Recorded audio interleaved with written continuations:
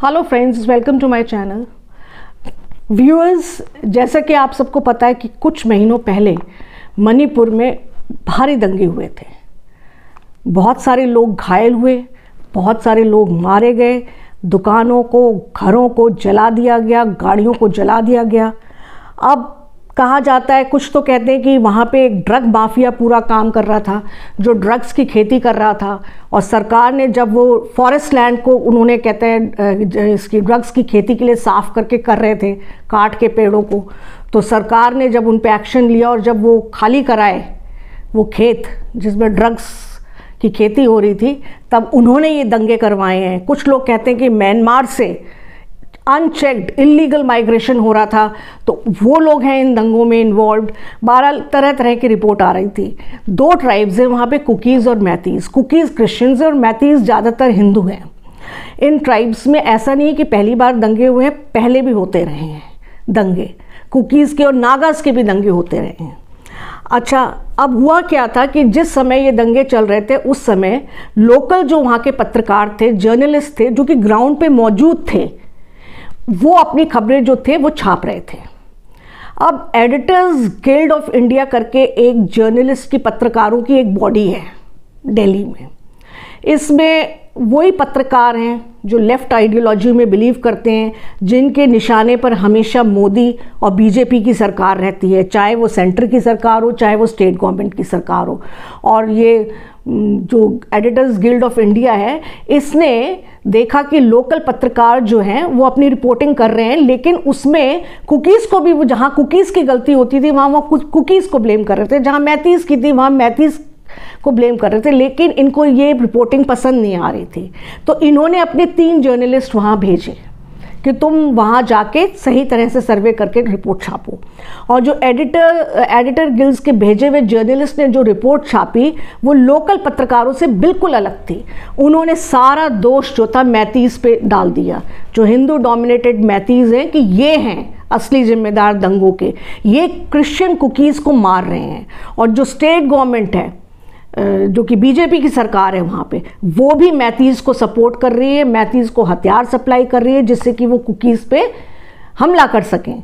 और जो लोकल पत्रकार हैं वो भी क्या कहते हैं, मैतीज़ डोमिनेटेड है, मतलब ज़्यादातर पत्रकार जो है वो मैतीज़ ट्राइब के हैं, इसलिए वो गलत रिपोर्टिंग कर रहे हैं। इस तरह की रिपोर्ट एडिटर्स गिल्ड ने छापी।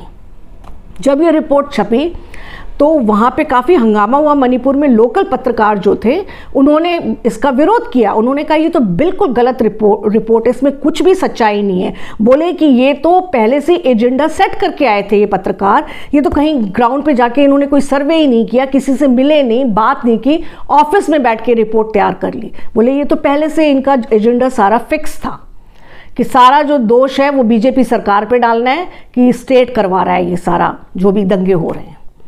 जो बीजेपी की सरकार थी उसने क्या करा, इन तीनों जर्नलिस्ट पे एफआईआर लॉन्च कर दी, एफआईआर कर दी इन पे।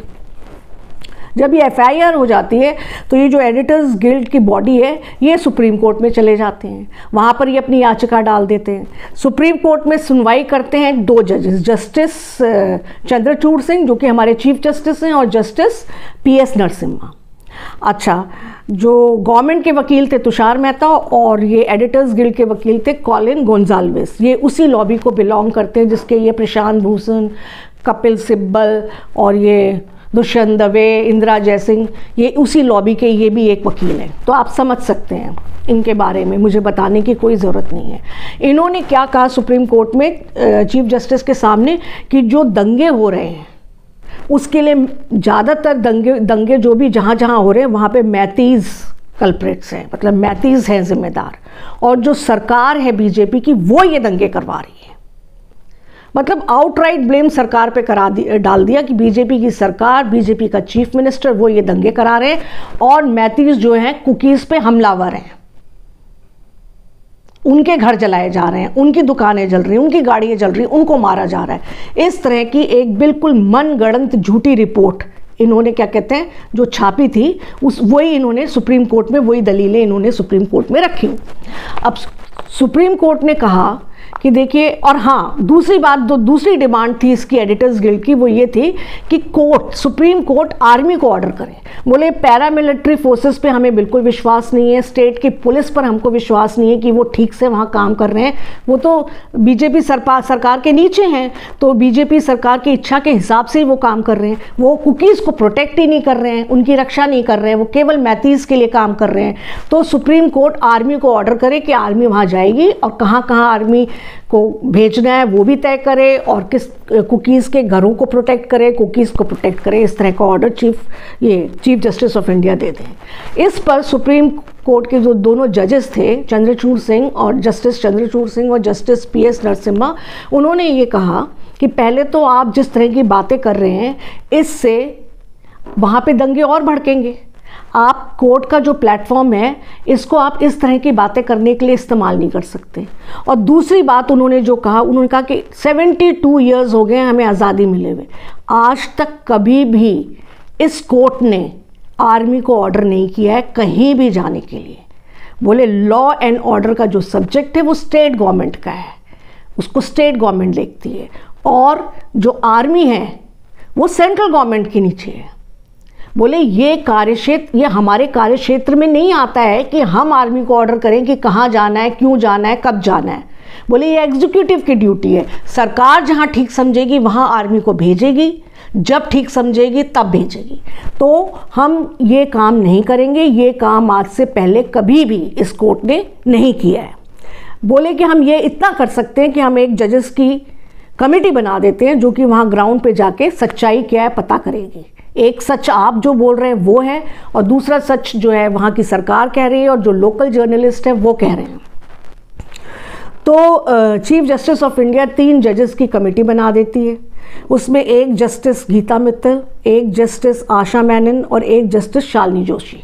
ये 3 जजेस जाते हैं ग्राउंड पे, वहाँ पे ये पूरा सर्वे करते हैं, स्टेट गवर्नमेंट के ऑफिशियल से मिलते हैं, पुलिस ऑफिशियल से मिलते हैं, जिन लोगों के घर जलाए गए उनसे मिलती है ये कमेटी, जिनके मारे गए, जिनके घायल हुए, ये सब से मिलने के बाद आके अपनी रिपोर्ट सुप्रीम कोर्ट में पेश करते हैं।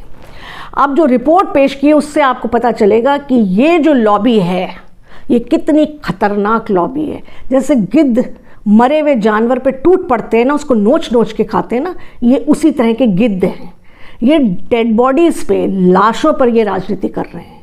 जो रिपोर्ट है उसमें उन्होंने ये कहा है कि जो डेड बॉडीज़, जो लोग मरे थे इन दंगों में, उनको सिविल सोसाइटी के कुछ सेक्शंस हैं, वही सेक्शंस हैं जो बीजेपी सरकार के अगेंस्ट थे, और कुछ NGOs हैं जो कि जो डेड बॉडीज़ हैं उनको उनका क्रिमेशन नहीं करने दे रहे हैं, उनका अंतिम संस्कार नहीं करने दे रहे हैं स्टेट गवर्नमेंट को और उनके परिवारजनों को। जो परिवार के लोग हैं वो चाहते हैं कि जिन जिन बॉडीज़ की पहचान हो गई है, वो परिवार के लोग चाहते हैं कि भाई हमारा जो भी परिवार का व्यक्ति है, परिजन है, उसकी डेड बॉडी हमको दे दी जाए जिसका कि हम अंतिम संस्कार कर सकें। लेकिन ये लोग वहाँ पे धरना दे के बैठे हैं और उनको डेड बॉडीज़ नहीं ले जाने दे रहे हैं, उन पर प्रेशर डाल रहे हैं, उल्टी सीधी डिमांड्स कर रहे हैं सरकार से ये हैं। और सरकार ने 9 जगह ऐसे तय किए हैं कि जहाँ पर ये बरियल इनका किया जा सके। जो बॉडी, ज़्यादातर बॉडीज़ तो आइडेंटिफाई हो गई हैं, लोगों ने पहचान लिए कि ये उनके परिवार के सदस्य हैं, ठीक है। लेकिन ये चाहते हैं कि वो जहाँ पे ये चाह रहे हैं वहाँ पे इनका क्या कहते हैं क्रिमेशन हो, अंतिम संस्कार हो। उसके पीछे भी इनका ज़रूर कोई एजेंडा होगा, बिना एजेंडे के तो ये लॉबी काम करती ही नहीं है। इस बात पे ये डेड बॉडीज़ अब तक दफनाई नहीं जा सकी, ना ही जलाई जा सकी है, क्योंकि कुछ क्रिश्चियंस हैं, कुछ हिंदूज़ हैं, जिसका जैसे भी जो भी तरीका है क्रिमेशन का, अंतिम संस्कार का। इस पर चीफ जस्टिस चंद्रचूड़ सिंह ने ऑर्डर दिया है कि पहले तो जल्दी से जल्दी स्टेट गवर्नमेंट जो बॉडीज़ आइडेंटिफाई हो चुकी हैं उनको उनके परिवार के लोगों को सौंप देगी, जिससे कि वो उनका अंतिम संस्कार कर सकें। दूसरा, जो बॉडीज़ मतलब जिनका आइडेंटिफिकेशन नहीं हो सका है, जिनको किसी ने नहीं पहचाना है, उनको लेके एक नोटिस निकाल दे पब्लिक कि भाई अभी भी टाइम है, आइए और देखिए, और अगर आप पहचान लेते तो अपने परिजन को तो उसको क्लेम कर लीजिए बॉडी को, और नहीं तो उनका DNA सैंपल लेके स्टेट जो है उनका प्रॉपर रीति रिवाज से उनका क्रिमेशन, अंतिम संस्कार कर दे। ये हाल है एक ऐसी लॉबी का जो हमारे देश में लाशों पर भी राजनीति करने से बाज नहीं आती है। मेरे इस प्रोग्राम के बारे में आपके क्या विचार हैं, प्लीज़ कमेंट्स बॉक्स में लिख के ज़रूर बताइएगा। और अगर मेरा प्रोग्राम पसंद आया है तो लाइक बटन प्रेस कीजिएगा और मेरे चैनल को सब्सक्राइब कीजिए। Thank you. जय हिंद।